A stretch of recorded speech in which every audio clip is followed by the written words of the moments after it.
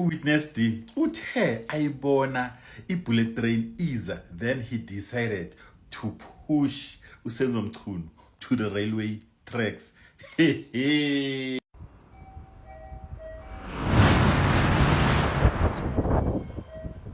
Ukhona umuntu omqabangako ukuthi can survive from that incident. Welcome kubafana msizalo. Guys, since inilinde i-auto committee ukuthi izokustart and uPaul Sullivan, I don't see him coming. Aniyengale kuMadlanga Commission of Inquiry niyokubona ukuthi kwenzakalani. So iMadlanga Commission of Inquiry started for 2026 with a bang. Guys, Witness E was testifying at Madlanga Commission of Inquiry and Major General Anthony Gopal. So Witness E, guys, ne pay attention. So Witness E lapho kuMadlanga uthi Minister Senzo Mchunu knew about the unaliving of uSindiso Magaca, lawyer wase KZN we ANC. Ngiyamkhumbula ngitsho. So uwazi kanjani uMinister Senzo Mchunu? Witness E uthi i-informer le ebeyihayariwe ukuthi yokubulala uSindiso Magaca told him ukuthi this is the plan ezokwenzeka ukuthi siyokubulala uSindiso Magaca, and this is the AK that has been bought, this is the getaway car, this and this and this and this. And then Witness E wathatha leyo information because of landeli protocol, watshela uSenzo Mchunu ukuthi here's a situation, can we please protect this person and also sigweme this incident from happening. What did they do? Nothing. Extra WE2 yes, that we referred to earlier. Fully noted. Thank you, witnessing. We may then go to paragraph 8. In paragraph 8, I told the minister, I also informed the minister that I discovered the plan to assassinate Sindiso Magaca in July 2017, prior to his assassination taking place. After hearing about the assassination plot, I reported this to my superiors.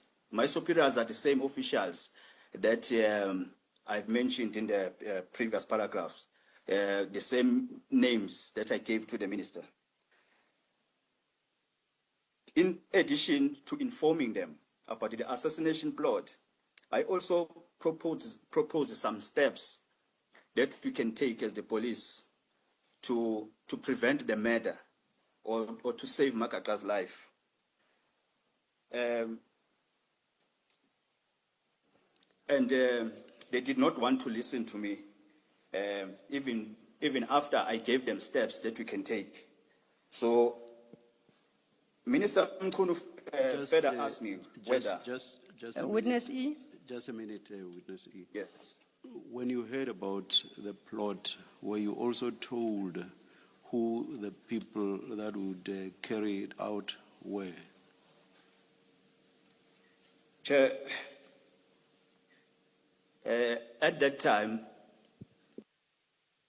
I was told by the killers, the shooters, the shooters, the ones that pulled the trigger. They are the ones who told me that in the next 2 weeks' time, we are being hired to kill Mr. Magaca. So we had 2 weeks to stop the murder. Did they not tell you who had instructed them or hired them to kill Mr. Magaca? They did, Chair. And did they give you the same names of the people, or rather the same names you gave to the minister?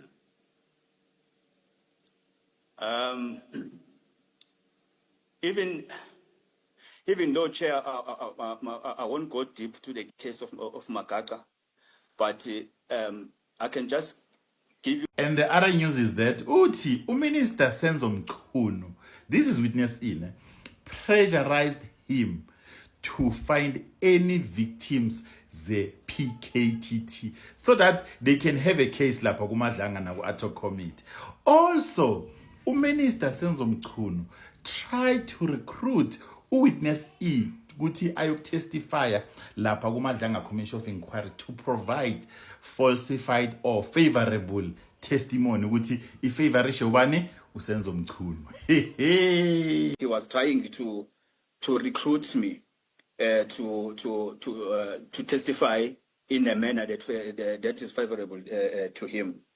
And when I talk about the calls that are skyrocketing, it's because every time when there's a commission and then there's a witness that is testifying, sometimes he will call me maybe during tea time and say, hey, Wendot, we are Bugada.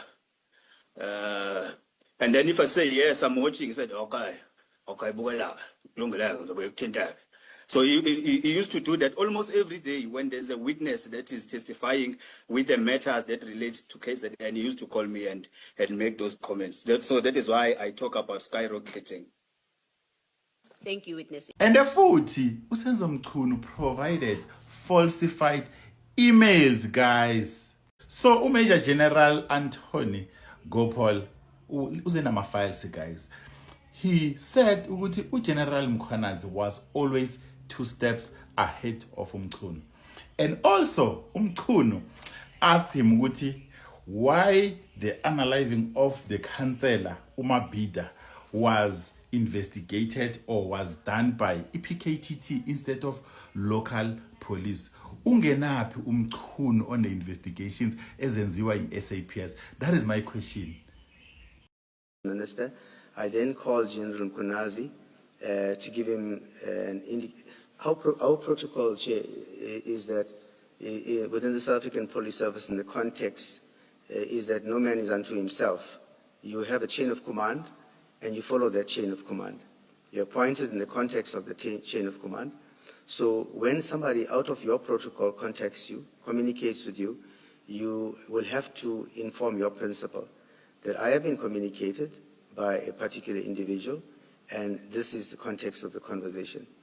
In this instant, I then, in due respect to that protocol, called my principal, who is Lieutenant General Mkhwanazi, and I praised him of the telephone conversation between myself and the Minister Mchunu. Chair, it is similar to the very same question that Commissioner Kumalo raised earlier on, where General Mkhwanazi asked me, but why will the Minister be calling you? Do you know the Minister? Have you met him before? How does the Minister have your number? And my answers to him was similar to the earlier, that I don't have a personal relationship with the Minister. I don't know him. I don't know where he got my number from. It's the first time I've received a call from a minister, not just from Minister Mchunu, from any minister in the South African government, that calls me directly and speaks to me. So I've never had a conversation with the minister before. Then that conversation, after outlining that to General Mkhwanazi, I then updated him also with what was transpiring in the meantime with regards to the suspect, and I then indicated to him that I have communicated with the investigating officer of the task team that we may have a possible suspect that they may. So guys, like guningi. Follow for more. Like, comment, and repost.